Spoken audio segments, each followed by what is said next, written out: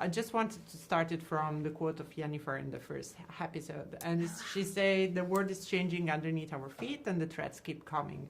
And I was thinking about how much a fantasy show can actually describe real life even better, than a documentary sometimes. So what do you think about, all the three of you, what do you think about this aspect of The Witcher?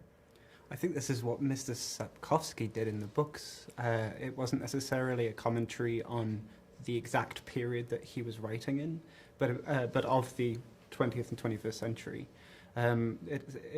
These themes have always been explored in fantasy, but he kind of really gets into the nitty-gritty of and the realism and the brutality of massive themes such as war, trauma, and xenophobia. And so it all comes from that. It all comes from the original source, and that people are no doubt going to see parallels in a sort of modern interpretation 40 years later. Yeah, and I think there's something amazing about what our stories bring, especially yours, in relation to like women who want to have a child. That's such a prevalent thing for so many women, and I think that it's really amazing that your storyline gets to show that. And then for me, young women trying to figure out who they are. I mean, anyone really trying to figure out who they are. I mean, all our characters are doing that, but I feel like you really get to see that because Ciri's growing so much throughout the show. And so yeah, I think and the theme of abandonment and not feeling loved and all of those themes, I think everyone can draw from as well. I completely agree with you. Yeah, definitely. I think that shows like this, and in particular The Witcher, mirrors what's going on in the real world all the time.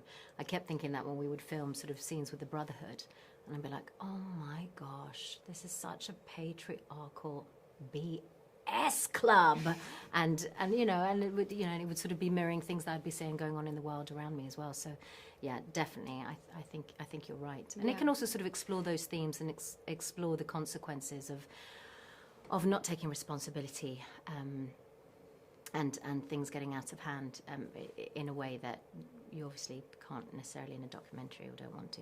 100%. Yeah, I think that's absolutely right. Yes, well, you're allowed the latitude in a fantasy show to really explore things that are true, and very real. And you're correct. I think it does, in a strange sort of way, reflect the world that we're living in. Yeah. I don't know where Dijkstra fits in exactly into that world, but I'll leave it up to you. You're a huge player in terms of that. I remember when I first watched season one of the things that drew me in was that, the strong female leads. Come on, Anya and Miana.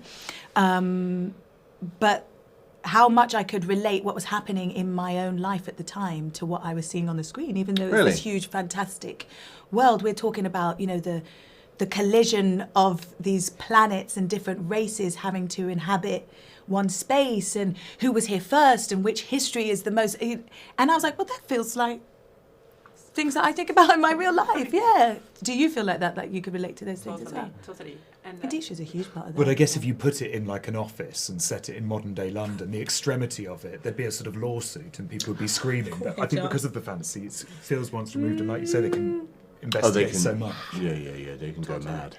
And it's also a story about trust and how to regain trust. We see the storyline between Yennefer and Geralt. Do you think it's possible, like, without spoiler the story of course, but in real life, do you think it's possible to regain trust when somebody that we love betrayed us? It's like psychotherapy. Depends on the relationship, depends on the betrayal.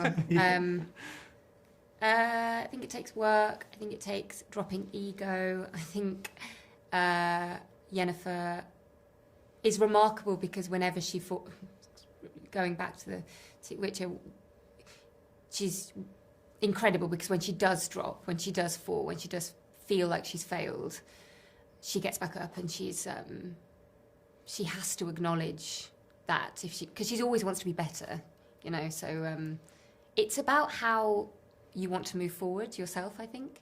Do you want to be better? Do you want to learn from that?